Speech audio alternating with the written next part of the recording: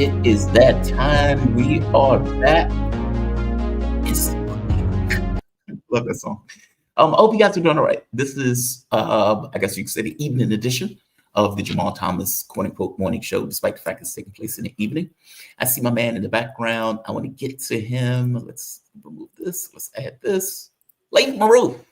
How's it going, man? You doing okay? Good, good. How about you, Jamal? I am doing well. I hope you're safe in these chaotic times, to put it mildly. Laith Marouf, he is an award-winning multimedia producer and policy law consultant focused on issues of liberation and decolonization from indigenous nations to Arab peoples. Also, you can find him on Free Palestine TV or freepalestine.video.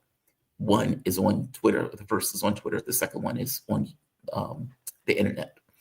You do fantastic work, Leith, which is why I'm nailing that point down for people to check you out. I guess we need to start at the strikes that took place between Iran and the U.S. Apache helicopter was shot down. Supposedly, there was this glamorous rescue operation that took place, and Trump comes out and says, "Well, our Apache went down, so we need to do strikes," which Iran righteously immediately responded to those strikes with several hits on, I think it was Farce TV that pointed out that 70% of the hits on the various military bases were successful. What do you make of this tit for tat that is taking place currently? And we can step into the story starting here.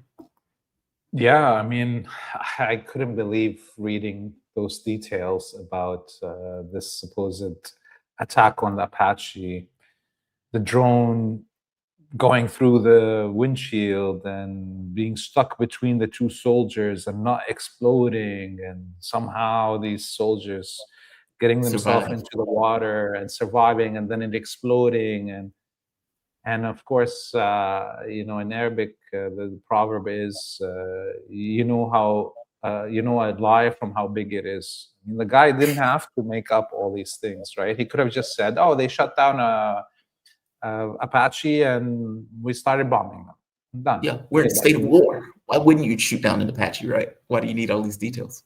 Yes. So it's clearly like it was like a Marvel movie situation, and we don't know the names of these soldiers. We're never going to see them. Just the same thing with the supposed rescue that happened in Iran before the ceasefire. So a lot of fantastical stories being produced by the United States to make up for its defeat militarily. It seems like he thinks that he can write scripts for superhero movies in return for or to make up for the military losses. Now, whether this is funny or not, the fact is we're back into a military confrontation. During the 44-day war, the United States dispensed half of its strategic weapons, 3/4 of its air defenses, lost billions of dollars worth of both drones and aircrafts. 3 of its aircraft carriers were damaged. So the United States cannot fare better in a new confrontation with Iran. So why is the United States doing this? It's because the elite in the United States and in the whole empire, their ideological position of belief in this Jewish colony and the right for it to be continued is overtaking their imperialist, their capitalist, and their military strategy completely. And we saw that clash between the generals in the US military that came to the political establishment and told them that you can't win a war with Iran, and they were all fired. So everything that we're seeing that seems to be irrational or so forth is really the fact that there's a huge clash between the ideological Zionist position of Jewish supremacy that is instilled in the minds of these elite and they cannot believe that this Jewish supremacy it cannot be implemented militarily. And so, therefore, they're taking these stupid decisions to continue to drag the US and the empire as a whole and its components into a losing war uh, because, in their mind, the Arabs and the Muslim peoples are less than. They can't be winning, and therefore they continue on this stupid track. Yeah, this clearly brings us to the edge of an open war. I mean, from my point of view, the war never stopped. Just kind of on this kind of low boil. I'm interested in the tit for tat. That part fascinates me. So it seems that the biggest defense for the United States was just the appearance and the impression of the United States, kind of like power is a shadow on the wall. And the moment that those bases were hit, Iran seemingly got very familiar with hitting those bases, meaning the pretense was gone, the protection was gone. This idea that you can't hit it just because it's American property, that all of that stuff was gone. If you notice, this time around, Iran hit immediately. But they pull their punches. They continuously limit what they do to create seemingly, and correct me if I'm wrong, equality. We want to stop the war. So we would hit up to a point and stop. If you stop, we stop. Everybody goes home. Okay, you hit us, we hit you back. And they seem to be doing this continuously, all the way through with this almost like escalation ladder that seems to be taking place. The US just hit the water facilities in Iran. Iran hit military bases, true, but they don't go to that low extent of hitting infrastructure and those type of things. Why is this a religious rationale, or is this, and again, this is me as an American, so you must bear with me when I ask this question, because we don't think this way. Is this a military rationale for why Iran only goes up to a certain point? Or is this a religious issue, or is this a limitation issue? Meaning, are they limiting themselves intentionally for religious reasons? Meaning, we want to fight a moral war. Or is this an issue of limitation? I don't know which one it is from the outside.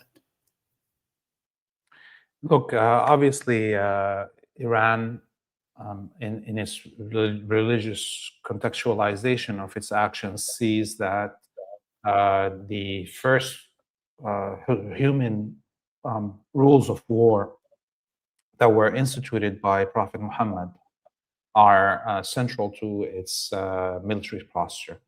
I know a lot of people don't want to credit Muslims for things, but the rules of war that the Prophet Muhammad put, where you're not allowed to attack anyone in their house of worship, civilians in their homes, you're not even allowed to cut a tree if you didn't have militarily need to do so, and your enemy. That is the basis of international law of warfare. Right. But let's put that aside, just so our viewers who are not familiar with religion can clearly see actually strategic reason for these decisions by Iran.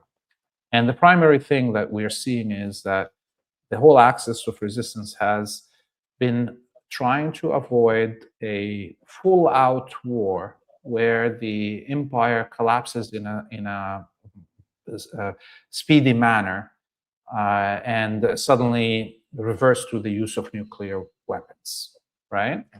So you have to be very gentle with a dying empire that has nuclear weapons and that has also a rogue component, the Jewish colony, that is insane, right?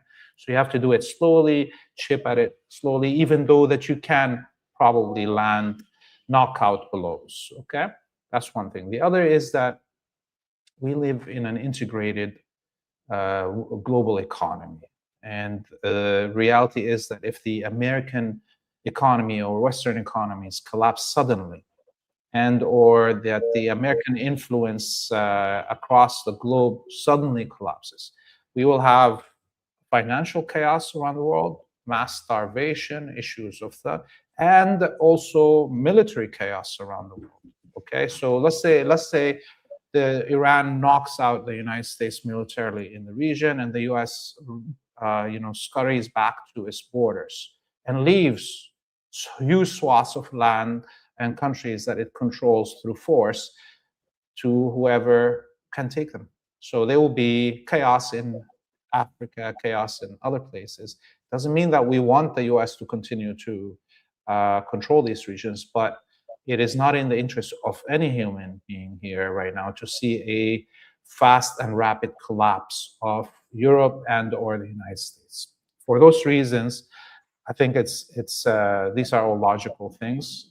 When you have human beings that are in charge of a country that actually want the best thing for their country, the Iranian government, the Iranian leaders know that it's not in their interest to have chaos around the world. Okay, Basically, we're not there for vengeance, for pure vengeance. Okay? Yeah, no, I get it. From your point of view, they have to work between the lines, and they have to win this within the margins. Like, meaning, I understand they have to work between the lines. This is not an issue of limitation. This is an issue of pragmatism in regards to pursuing the course of the war. Also, I'm interested in southern Lebanon. Iran, for the first time, hit Israel for what it was doing to Lebanon, which is fascinating. I don't know if the audience fully gets the dynamic that's taking place.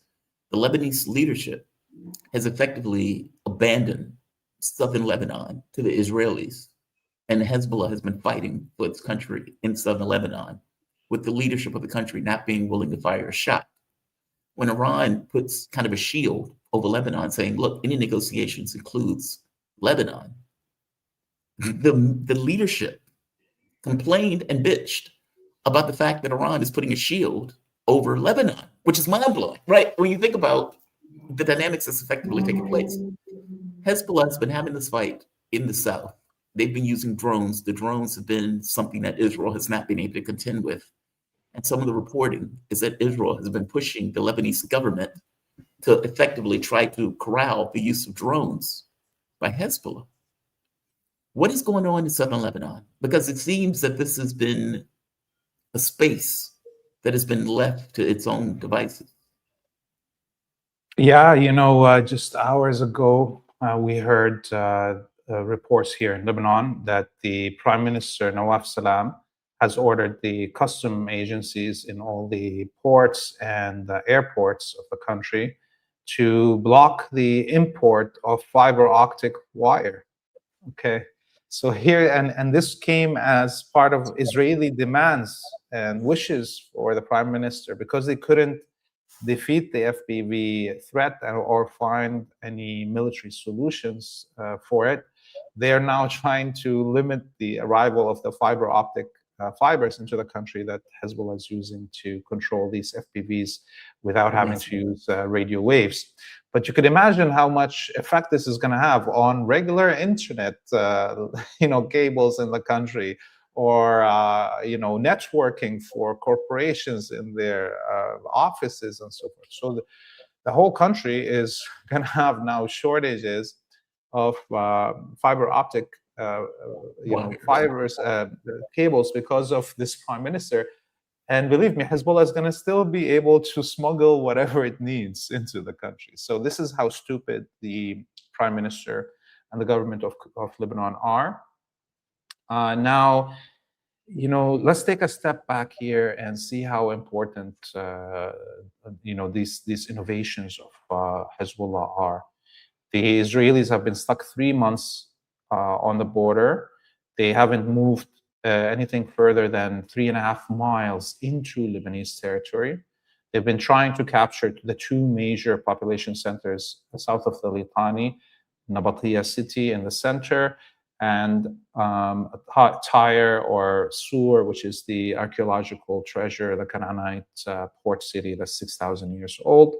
And they've been stuck, getting pounded, and haven't been able to go halfway to those two locations. So this is a complete military defeat reality.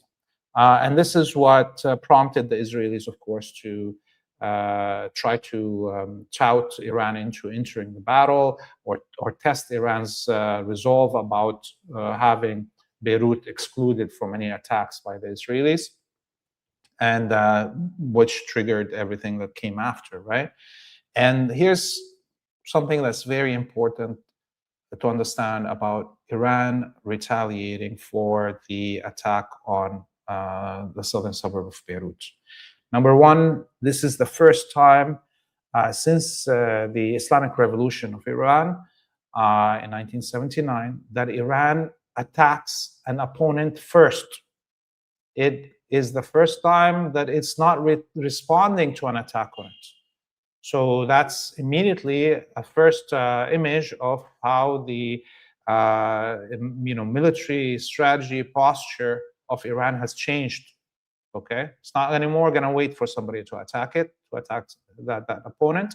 The other thing is that it's the first time that Iran attacks an opponent not for attacking it or its territory, but to defend a third party, in this case, Lebanon and Hezbollah.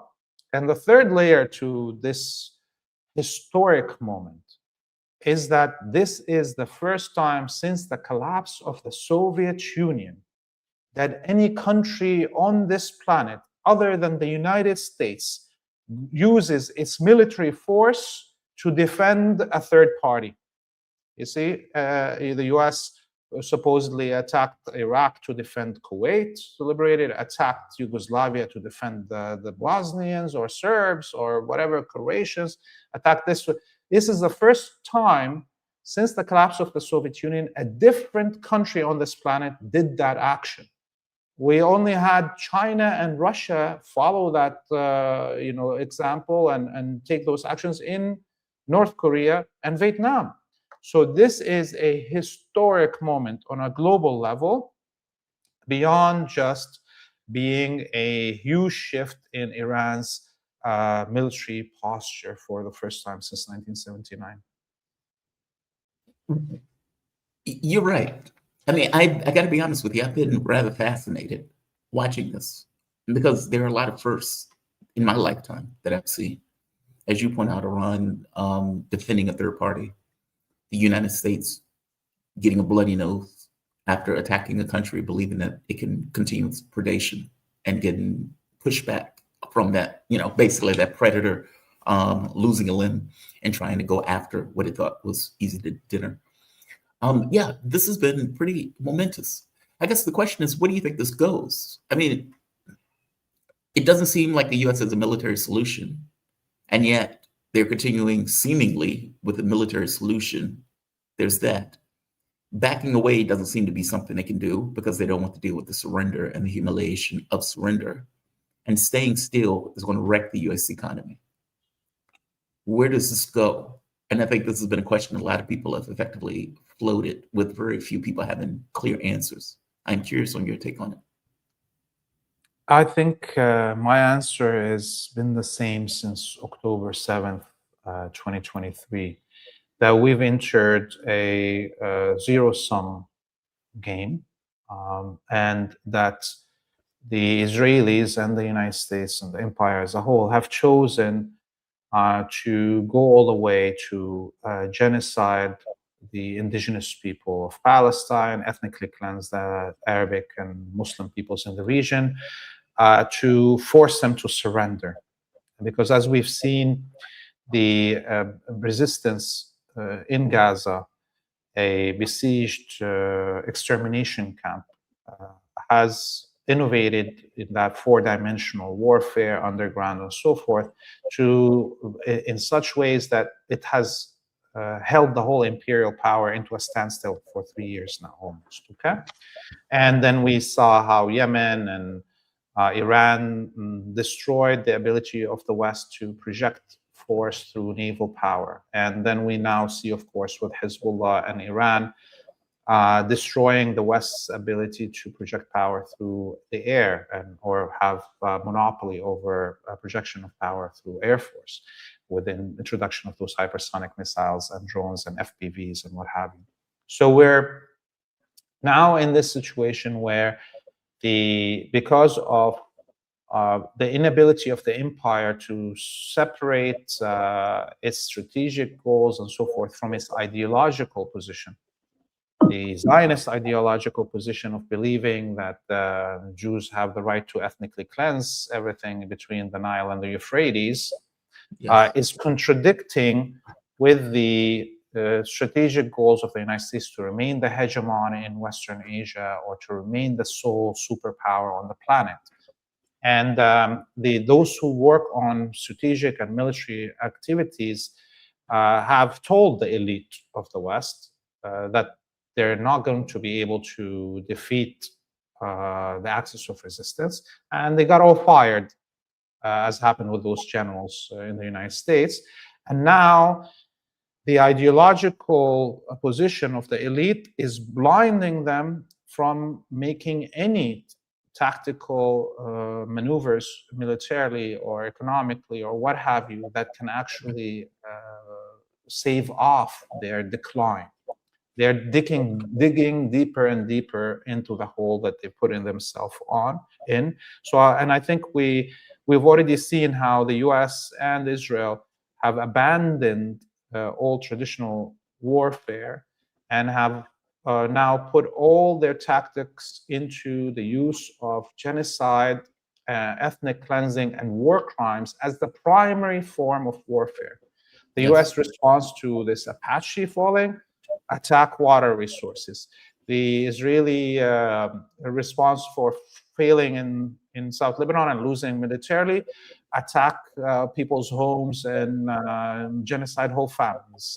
You see, this is now the only tactic that they think they can win with. But as we saw, neither the Palestinians, Lebanese, Yemenis, or Iranians will bow down, even with that threat of mass genocide, or the threats that Ben Gvir gave yesterday, saying that they should be kidnapping Lebanese women and children and raping them in order to break the will of Hezbollah's fighters. None of that is going to work.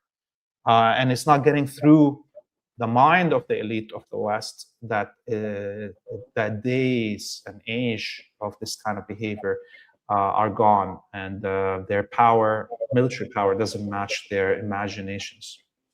How does the rest of Lebanon deal with the migration from, like many, Israel is effectively murdering women and children en masse, and they're killing huge numbers of people in Lebanon, not to mention trying to steal the land, or at the very least trying to keep people from the land themselves.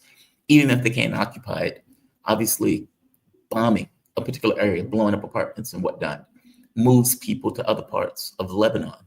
How has Lebanon dealt with the migration that takes place as a result of the Israelis, for lack of a better term, murder, massacre? Yeah, of course, it's putting a lot of economic pressure on Lebanon. There's just enough amount of housing and public spaces that you can absorb in all these internally displaced, especially that the number is now over 1.5 million, meaning 25-30% of the population is almost displaced. So that's a huge thing for a country. The other thing is that we see simultaneously the same economic elite that collaborated with the United States to destroy Lebanon's economy in 2018 and defraud the Lebanese public from their savings are beginning to move right now the same thing, with a lot of people having problems withdrawing money from banks and so on. Then you add to it, of course, that a lot of times in these moments of economic stress, a lot of some people become very scroogey and start to try to abuse others under these conditions. So we see the prices of renting apartments and homes skyrocketing, especially in areas that are the safest because they're Christian or what have you. While in some other locations, we see still a lot of cross solidarity between sects and classes and so on. In the south, beside Saida, the city of Saida, there's a location called Maghdouche, where Mother Mary, during the time when Jesus Christ would come and preach in Saida to the Canaanites and so forth. She would hide in this cave. It's an important pilgrimage site for Christians around the world, but also Muslims come and visit it because Mother Mary was there and how important she is in Islam. The villages all around this Maghdouche are Muslim, and they were threatened to be attacked by Israel. So we saw all these Muslim, people from these villages move towards the Christian holy site of Maghdouche and take refuge with Mother Mary, right? And the church helping. All right. So you could see how maybe that the Israelis did this thinking that this is going to create tension between the Christian village and its Muslim neighbors, and it's going to exasperate the internal, sectarian situation. But it actually worked the opposite, right? And this shows you how a lot of time these monstrous actions of Israel that are meant to scare people into submission are bringing out the best in some people. And in this situation, the internal solidarity between these villages. Leith, one more question, and it's less of a question and more of just getting your take on something. So Erdogan gave a speech, and in that speech, I saw this clip, and I thought, okay, let me just get your take on it before I say anything about it. This is Erdogan. Arz-ı mevut hezeyanının nihai hedefinin ne olduğunun gayet iyi farkındayız. Okay, basically what he's saying is he knows this idea of the Israeli project, of Greater Israel, and that this is not something that, God willing, that Turkey is going to allow. Basically, he knows that Turkey is on the list of countries to be attacked. It has been said as much. And right here, we're fully aware that the ultimate objective of the delusion of Greater Israel is, God willing, we would never allow it. Israel must be stopped. This is the duty of humanity, the front of humanity. History must not be allowed to repeat itself.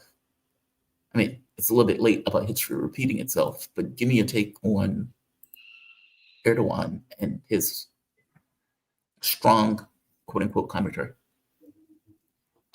Obviously, up until now, Erdogan has been throwing all these strong words since the beginning of the genocide in Gaza, but Turkey is still the #1 supplier of oil products to the colony and much of its agricultural needs and blah, blah, blah, blah. So, I always take everything that Erdogan says with a grain of salt, especially that there is right now a huge gap left with the beating that the Gulf monarchs got from Iran. There's a huge gap left in who is going to represent the Sunni Arab population.